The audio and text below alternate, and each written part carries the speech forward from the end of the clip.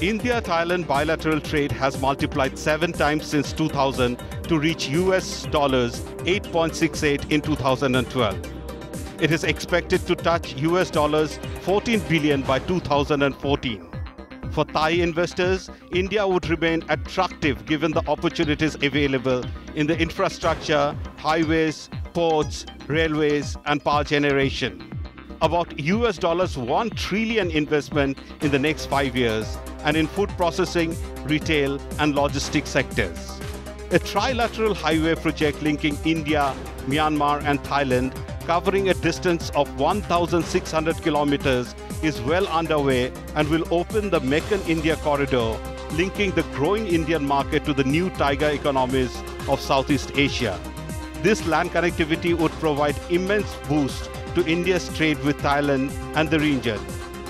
India's northeastern region, especially the 4 Indian states which share common border with Myanmar, will benefit immensely. The target is to achieve seamless road connectivity between India's Northeast and Southeast Asia by 2016. This will facilitate logistics and reduce cost of transportation. Air connectivity between India and Thailand is growing with more than 152 flights per week, reflecting a rapidly growing passenger traffic between the two countries.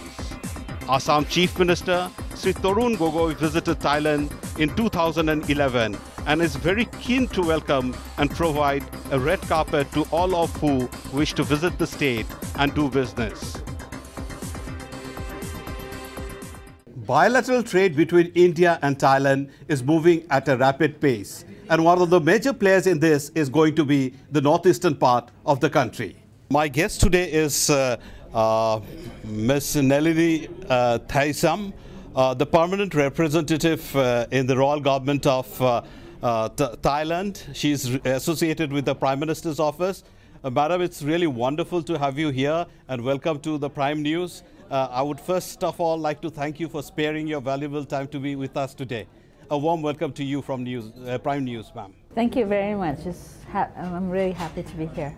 Okay, ma'am, Thailand is India's 36th largest investor, and though northeastern region constitutes only 8% of the landmass, what is the special focus you all are having? Yesterday you all had gone to Shillong, today parts of Assam, tomorrow early in the morning you're going to Manipur. What is the special focus for 8% of the landmass of the country?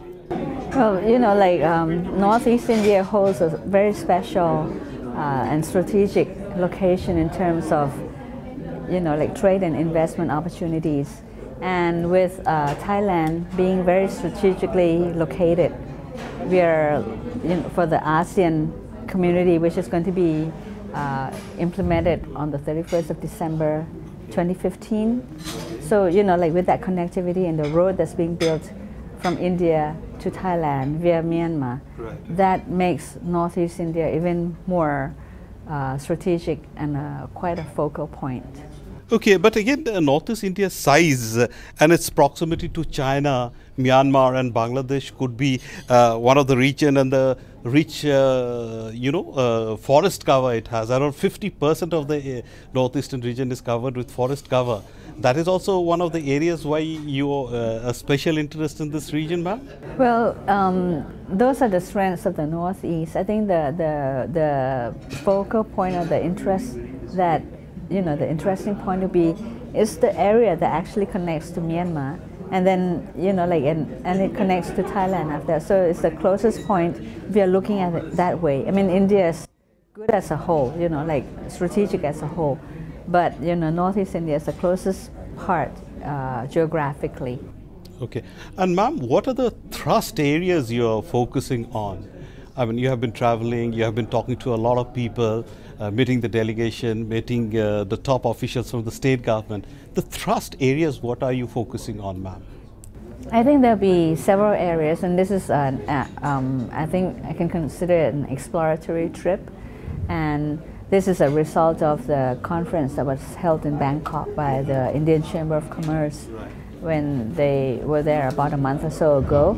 So, you know, like, and the Vice Chairman, Mr. Sumit Muzumdar, invited me, you know, and Dr. Rajiv Singh, who's very active, they invited me to visit northeastern India to see the opportunities and to see what we can do to work together. So I think that, and combined with Thailand being very strategically placed, geographically for the ASEAN market, it makes very good sense, to explore ways that we can work together.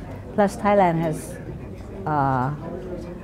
strengths in many areas, like in tourism, for example, or food processing, and other areas. And a large Thai company, Italthai, has already built the airport in Kolkata, and it's just opened a few days ago. We landed there. Very impressive, so it's good, those links, and they're already based here. So I'm sure there are other areas in the infrastructure areas also that can be. Absolutely, Doctor. But if I can identify certain items, if you talk in terms of Assam, it is tea, cement, silk. Assam favors muga. When you talk in terms of Meghalaya, it is again horticulture. It is again cement. It is about other products. Have you identified certain products on which there could be, easy access of Thailand from here? I think those will have to be worked out when the business people actually come together. We will get a broad framework of things that can be done, a macro view in that perspective, of things that can be tied together in the areas of strength of India and of Thailand, of the northeastern parts. And in the 8 states, I'm sure there are different areas of strength as well. Some of those may be like in the education exchange or in tourism and things like that. If we talk in terms of Manipur, where you're going tomorrow, that state would be rather seen as a strategic area, I think, because all connectivity would be basically, if you talk in terms of road transport of items going or coming in, it will be through Moreh border. So are you seeing Manipur from the strategic point of view? I think we're looking at the whole of Northeast India, and to identify each area, each state, for example, and Manipur is right on the border, so it makes sense that they are actually the point of connectivity by road. But Guwahati, for example, would be, like air links and all like that. That would make sense for the air links to restart, for example, because I think that before there was a direct flights from Bangkok to Guwahati. In fact, now Druk Air also flies directly. We have a direct flight from Guwahati to Bangkok, and again there are direct flights from Bangkok to Calcutta. So that way we are connected. But we have to think in terms of the road communication too. Flights won't be feasible if you really think in bulk items. What do you say, ma'am, about I think the road is very important, and it's a very exciting thing to see that the road will be, at least the targeted 2016 is a good, a good potential for that to really expand and to get India to get linked into the ASEAN market fully as well, by road. That is a very critical area of, strategic area of connectivity.